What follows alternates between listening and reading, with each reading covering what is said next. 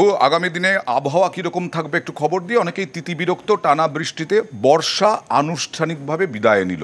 উত্তরবঙ্গ দক্ষিণবঙ্গে একই সঙ্গে আনুষ্ঠানিকভাবে বিদায় নিয়েছে বর্ষা।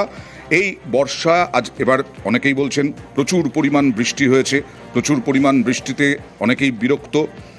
পড়শি রাজ্যে বৃষ্টি থামায় কমবে জল ছাড়ার পরিমাণ, ফলে বাংলায় আপাতত আর দুর্যোগ নয়, হাওয়া অফিসের পূর্বাভাসে জোরালো আশা।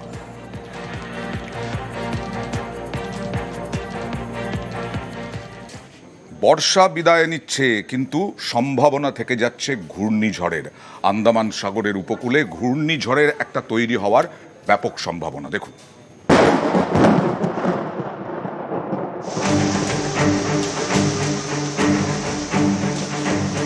অক্টোবর মাস, বর্ষা শেষ, প্রাক শীতের মরশুম। এই সময়টাকে সাইক্লোন সিজন বলা হয়। সাইক্লোন সিজনে ঘূর্ণিঝড়ের আশঙ্কা। এর আগে অক্টোবরে পশ্চিমবঙ্গ উপকূলে আছড়ে পড়েছে বেশ কয়েকটি ঘূর্ণিঝড়।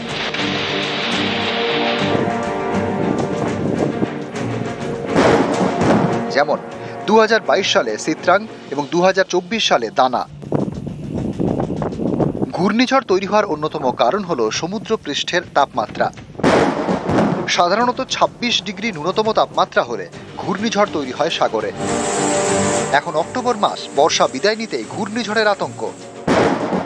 25শে অক্টোবরের মধ্যে আন্দামান উপকূল সংলগ্ন বঙ্গোপসাগরে নিম্নচাপ তৈরির সম্ভাবনা, যা পরিণত হতে পারে ঘূর্ণিঝড়ে। যে সিস্টেম হচ্ছে যে একটা সার্কুলেশন, যেটা অ্যান্টিক্লকওয়াইজ সার্কুলেশন, মানে ঘড়ির কাঁটার উল্টো দিকে ঘুরছে, সুতরাং এটা নিম্নচাপের দিকেই যাবে, গিয়ে এর ইন্টেন্সিটি। আর সবচেয়ে বড় কথা হচ্ছে যে যে জায়গায় ফরমেশন করেছে সেটা হচ্ছে সাইক্লোনের নিয়ম অনুযায়ী প্রায় 10-12 ডিগ্রি ল্যাটিটিউডে যদি ফরমেশন করে, সে অনেকটা এনার্জি নিয়ে, মানে কোরিওলিস ফোর্স নিয়েই জন্মগ্রহণ করে।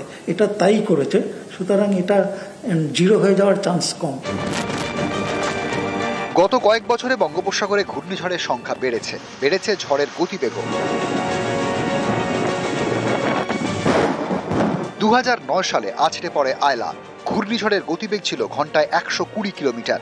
2019 সালের মে মাসে আছড়ে পড়ে ফণী, ঘন্টায় প্রায় 280 কিলোমিটার বেগে ঝড়। 2020 সালের মে মাসে আমফান, গতিবেগ ছিল ঘন্টায় 260 কিলোমিটার। বর্ষা শেষ, ঘূর্ণিঝড়ের মরশুম শুরু হয়েছে। আতঙ্ক বাড়ছে, আশঙ্কা বাড়ছে। ক্যামেরায় রাজীব সিং এবং সৌমেন দাসের সঙ্গে বিশ্বজিৎ সাহা, নিউজ 18 বাংলা। অভাবের সংসারে স্বপ্নের দৌড়। বালুরঘাটের রানার শুভজিৎ চৌধুরী এক চোখে দেখতে পান না, আরেক চোখে ঝাপসা, কিন্তু স্বপ্ন দেখতে পিছপা হন না।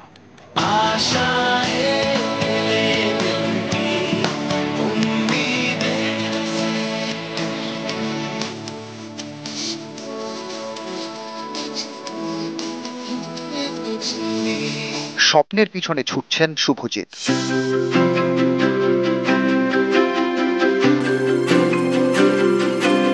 দক্ষিণ দিনাজপুরের বালুরঘাটের বাসিন্দা, বছর 19-এর শুভজিৎ চৌধুরী, বাড়ি হিলিতে। শুভজিৎ অ্যাথলিট, স্বপ্ন ছুঁতে দৌড়ন।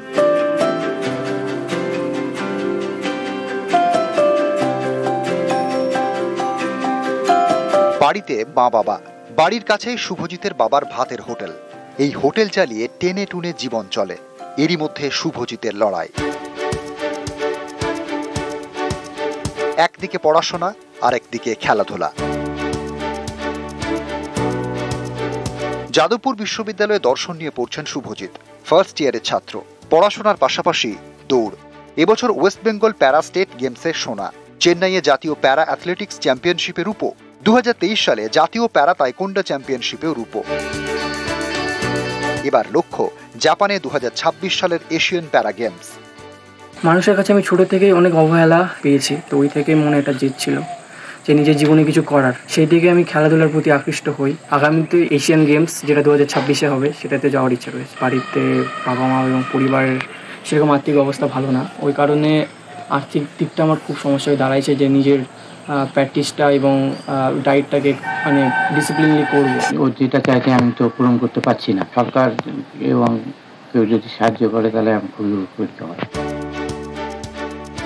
সামনে অনেক বাধা, লোকেই শুভজিৎ ছুটতে চান।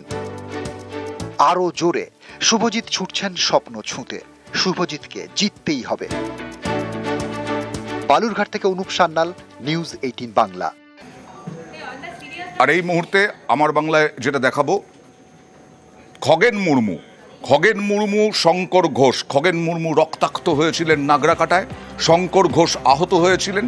এবার খুনের চেষ্টার মামলা দিল পুলিশ। খুনের চেষ্টার মামলা 5 জনের বিরুদ্ধে। ইতিমধ্যেই 5 জনকে গ্রেফতার করা হয়েছে। SC/ST আইনে মামলা ছিল, এবার খুনের চেষ্টার অভিযোগে মামলা শুরু হলো।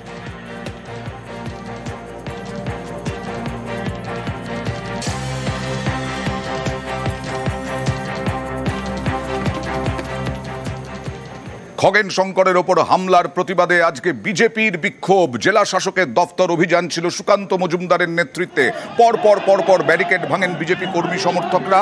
তারপরে একেবারে জেলা শাসকের অফিসের মুখে বাঁশের বিরাট ব্যারিকেড ছিল, সেই ব্যারিকেড ভাঙা এবং ব্যারিকেড টপকে যাওয়ার চেষ্টা বিজেপি কর্মী সমর্থকদের।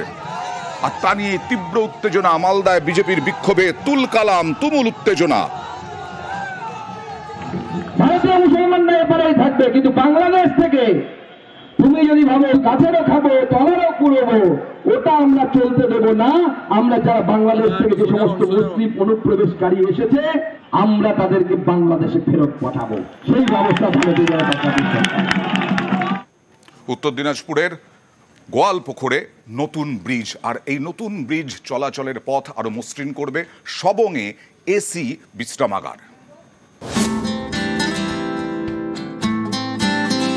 উত্তর দিনাজপুরের গোয়ালপুকুর, এখানকার বোচাগাড়িতে পিতানো নদীর উপর উত্তরবঙ্গ উন্নয়ন দপ্তরের তৈরি ব্রিজ।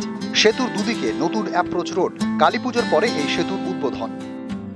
আমাদের গ্রামে যোগাযোগ হচ্ছিল না। আমাদের 4-5টা গ্রাম এখন যে এক জায়গাতে হতে পেরেছে, এর আগে হতে পারতো না। আমরা যে যেতাম, পঞ্চায়েত যেতাম, আমাদের হাই স্কুল গুতি, আমাদের বাচ্চা যেত 15 কিলোমিটার ঘুরে যেত, কিন্তু এখন আমাদের 1.5-2 কিলোমিটারে যাচ্ছে। সবাই খুশি আছে এখন। আমরা তো অনেক খুশি বোধ করতেছি, কেন যে এই মতো আমরা আগে কল্পনা করতে পারিনি যে আমাদের বোচাগাইতে এই মতো একটা ব্রিজ হবে। এখানে তো আশেপাশে প্রায় 10 থেকে 15টা গ্রাম আছে। এখানে প্রায় 10 থেকে 15,000 লোক এখানে লাভ অর্জন করবে, এখান থেকে থাকতে পারছে। একদিকে গোয়ালপুকুর, আরেকদিকে চাকুলিয়া, দুই এলাকার মাঝখান দিয়ে বয়ে গিয়েছে পিতানো নদী। এই নদীর উপরে প্রায় 9.5 কোটি টাকা খরচ করে তৈরি করা হয়েছে সেতু এবং অ্যাপ্রোচ রোড। 7 কোটি টাকার তখন ব্রিজ ছিল, এবার 2 কোটি টাকা দিয়ে অ্যাপ্রোচ রাস্তাটাও করে দিয়েছি, আর ব্রিজটা ভালো হয়ে গেছে। আশাবাদী আমি, লোকগুলো উপরে উপকৃত, আর লোকগুলো আপনার যাতায়াত শুরু করে দিয়েছে।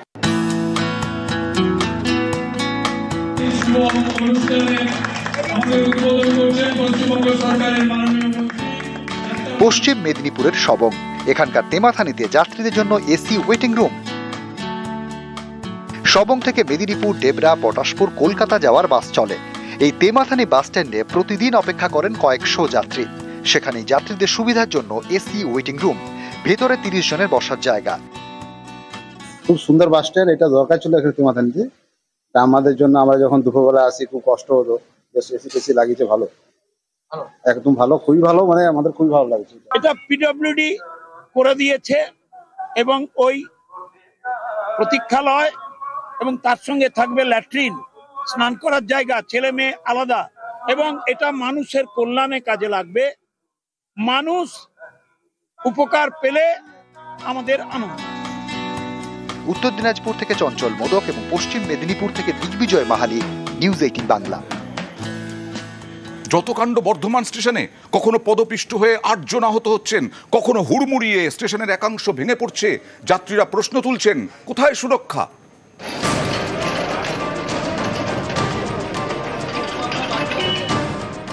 রবিবার বিকেল বর্ধমান স্টেশনের ফুটব্রিজে ঠিক ভিড়। ট্রেন ধরতে হুড়োহুড়ি, পদপিষ্ট হয়ে আহত হন বেশ কয়েকজন।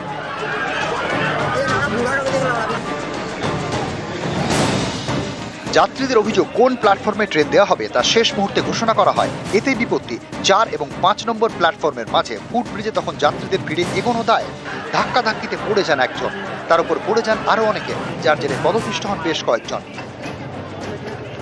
5 নম্বর হচ্ছে যত মেল এক্সপ্রেস ঢোকে, মেল এক্সপ্রেস ঢুকলো মানে প্রচুর লাগেজ, প্রচুর ব্যাগ নিয়ে একটা রাশ অফ পিপল আসে। এদিক থেকে কটলাইন লোকাল ঢুকলো, এক গাদা লোক চলে এলো, তখন ওই সিঙ্গেল ওই রাস্তা দিয়ে কিভাবে এত লোক বেরোবে? আর পুলিশ আপনি আজকে দেখছেন আজ আছে, দুদিন পর ভুলে যাবে, পুলিশের আর কোনো চিহ্ন পাবেন না। এই একটা সিঙ্গেল ওয়ে রাস্তা দিয়ে কোনোদিন অত পরিমাণে লোক ওপরে ওঠা নামা সম্ভব নয়। অবশ্যই এখানে একটা নামার আর একটা ওঠার, ডবল ওয়ে রাস্তা না হলে কোনোদিন মানে এই সমস্যার সমাধান মিলবে না। রবিবারই প্রথম নয়, এর আগেও একাধিকবার বর্ধমান স্টেশনে দুর্ঘটনা ঘটেছে। 2019 সালের 8ই নভেম্বর এই 4 এবং 5 নম্বর প্ল্যাটফর্মে পদপিষ্টের ঘটনায় আহত হন 11 জন, পরে একজনের প্রাণ যায়। 2020 সালে 4 জানুয়ারি স্টেশনের একাংশ ভেঙে মৃত্যু হয় একজনের। 2023 সালে 13 ডিসেম্বর স্টেশনে জলের ট্যাঙ্ক ভেঙে পড়ে, প্রাণ যায় 3 জনের, আহত হন অনেকে। এরপর রবিবার পদপিষ্টের ঘটনা, যাত্রীদের প্রশ্ন তাদের নিরাপত্তা কোথায়? আজকে দেখুন কত সুন্দর অ্যানাউন্স হচ্ছে, কিন্তু কালকে কোনো অ্যানাউন্স এরা করেনি। এবং সবথেকে বড় ব্যাপার, এরা যে অ্যানাউন্স করছে আজকে পদপিষ্ট হওয়ার পর, তার আগে এরা কি ঘুমাচ্ছিল না রিল দেখছিল? আমরা প্রশ্নটা স্টেশন ম্যানেজারকে করতে চাই, এরকম দায়িত্বহীনতার কাজের জন্য একটা প্যাসেঞ্জার হিসাবে আমার সুরক্ষিত কি? কখন অ্যাক্সিডেন্ট হবে তারপরে আপনি বাঁশি বাজাবেন, তার আগে থেকেই তো করতে হতো জিনিসটা।